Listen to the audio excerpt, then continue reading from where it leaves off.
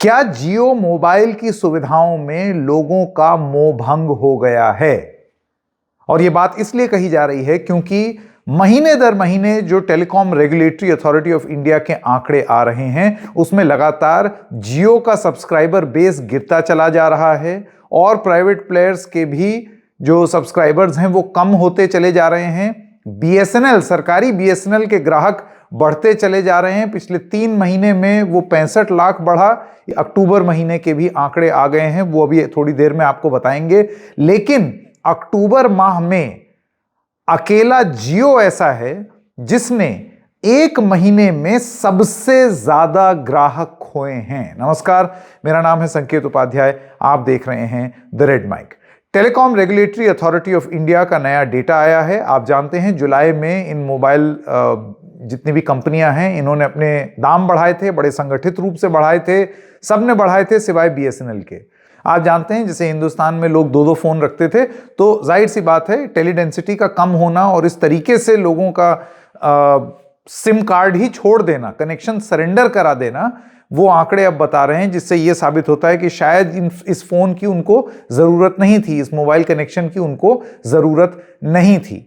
सबसे पहले बीएसएनएल पर आते हैं। तो ये अक्टूबर 2024 के आंकड़े हैं जो कि आपके सामने हैं। लगातार चौथे महीने हम देख रहे हैं कि बीएसएनएल का सब्सक्राइबर बेस बढ़ रहा है। यदि आप ये आंकड़े देखें, ये जो स्क्रीन पर आप देख रहे हैं ये है ग्रोथ इन वायरलेस सर्विसेज। इसमें आप देख सकते हैं कि बीएसएनएल 5,03,371, ये 5,03,371 नए सब्सक्राइबर्स बीएसएनएल ने ऐड किए हैं। इसको अगर आप पहले से जोड़ दें तो करीब करीब 70 लाख सब्सक्राइबर्स जुलाई से अब तक बीएसएनएल ने ऐड कर लिए हैं। 4 महीने में 70 लाख नए सब्सक्राइबर्स बीएसएनएल को मिल गए हैं। जाहिर सी बात है बहुत सारे लोग या तो पोर्ट करा के आए हैं या उन्होंने बीएसएनएल का नया नंबर लिया है। इसके साथ साथ अगर आप देखें, और मैं जो चेंज हुआ है उस पर अभी थोड़ी देर में आऊंगा, रिलायंस जियो 37,60,863 ग्राहक 1 महीने में, सिर्फ अक्टूबर माह में उन्होंने रिलायंस का नेटवर्क छोड़ दिया है। 37,60,000 ग्राहक रिलायंस जियो को छोड़ करके 1 महीने में चले गए हैं। इतनी भारी संख्या में सोचिए, यह शहरों की आबादी होती है साहब। इतना पूरे देश भर में लोगों ने रिलायंस जियो को 1 महीने में छोड़ दिया है। इसके अलावा वोडाफोन आइडिया लगातार डाउनवर्ड ट्रेंड पर ही है। लगातार वीआई के ग्राहक कम होते जा रहे हैं। 19,77,162 ग्राहक वीआई को भी छोड़ करके चले गए। वोडाफोन आइडिया को इस बात के बावजूद कि वोडाफोन आइडिया ने बोला था कि हम अपने नेटवर्क को सुधारेंगे।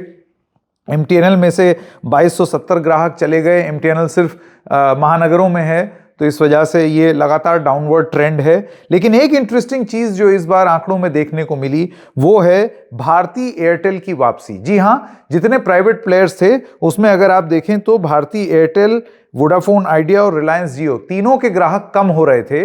ये अक्टूबर माह में पहली बार हुआ है कि जहां रिलायंस जियो तेजी से गिरता ही चला जा रहा है, जहां वोडाफोन आइडिया भी तेजी से गिरता ही चला जा रहा है, जहां बीएसएनएल के ग्राहक कहीं 30 लाख, कभी 25 लाख, कभी 8, 8.5 लाख, फिर 5 लाख, इस तरीके से वो उनके ग्रोथ के दर में कमी जरूर आई है, लेकिन ग्राहक ऐड कर रहे हैं लगातार बीएसएनएल के। और एक तरफ वो ये भी कह रहे हैं कि हम अपनी सुविधा सुधार रहे हैं।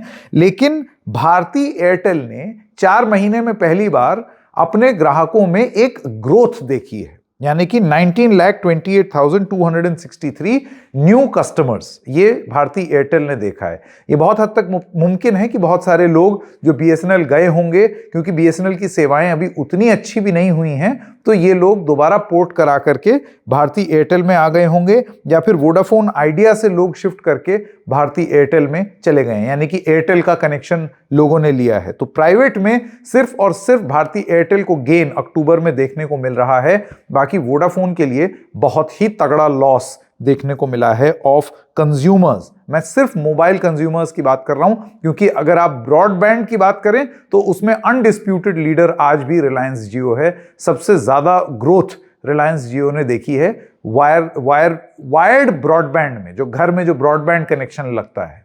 लेकिन फोन के नेटवर्क में लगातार गिरावट आ रही है। अब इसके पीछे कई वजह हैं। एक तो दाम, जो दाम बढ़ा था जुलाई में।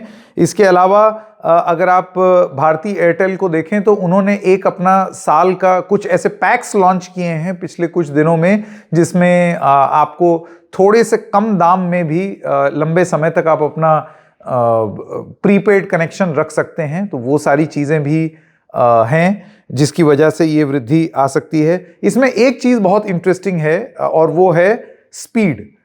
रिलायंस जियो के बढ़े हुए दाम और रिलायंस जियो की सुविधा और 5G की स्पीड, ये सारी चीजें भी एक फैक्टर हो सकती हैं। हमने अभी कुछ दिन पहले एक रिपोर्ट आपके लिए लेकर के आए थे जिसमें हमने आपको ये दिखाया था कि जिस तरीके से 5G के ग्राहक तेजी से हिंदुस्तान में बढ़ रहे हैं, 5G में मिलने वाली स्पीड उतनी तेजी से घट रही है।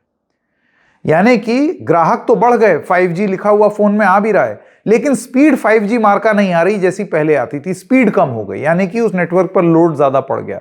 तो क्या इस वजह से तो नहीं छोड़ रहे हैं? दाम और स्पीड और नेटवर्क इश्यूज, क्या इसकी वजह से इसका घाटा तो नहीं भुगतना पड़ रहा है रिलायंस जियो को? अब इंटरेस्टिंग होगा कि लगातार BSNL की ग्रोथ, पहले BSNL करीब 6% मार्केट शेयर हुआ करता था, अब ऑलमोस्ट 8.05 मार्केट शेयर हो गया है। ये बात हम कर रहे हैं वायरलेस सर्विसेज में।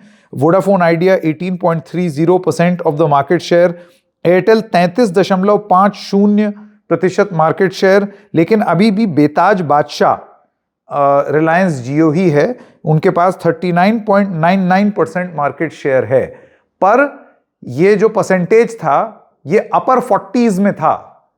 4 महीने के अंदर अंदर ये 40% से नीचे आकर के 39% हो गया है। अब ऐसे में रिलायंस जियो क्या करेगा? क्या वो कोई नए पैक का ऐलान करेंगे? 4 महीने हो गए हैं इस बात को, और जिस तेजी से ग्राहक घट रहे हैं, आप ये समझ लीजिए कि ये कोई बहुत संतोष में बैठ जाने वाली बात नहीं है कि चले जाएं ग्राहक, कोई बात नहीं। इस स्पीड से अगर ग्राहक गिरते रहेंगे तो तुरंत असर महसूस होगा, और एक जो ट्रेंड होता है वो भी बात फैलती है, और धीरे धीरे उसका एक कैस्केडिंग इफेक्ट होता है। लोग आपस में बात करते हैं, अरे तुमने भी पोर्ट करा लिया, तुमने भी करा लिया। तो ये चीज जियो को नुकसान दे सकती है। लास्ट में जाते जाते सिर्फ एक बात बोल रहे हैं, पिछले महीने जब हमने ये कार्यक्रम किया था तब हमने आपको बताया था कि total number of people who have disconnected there connection, मतलब कुछ लोग हैं जिनके फोन में शायद 2 सिम थे या उनके पास एक सिम कार्ड था और उन्होंने पोर्ट नहीं कराया, वो छोड़ के ही चले गए। अब उनको वो मोबाइल का सिम कार्ड ही नहीं चाहिए।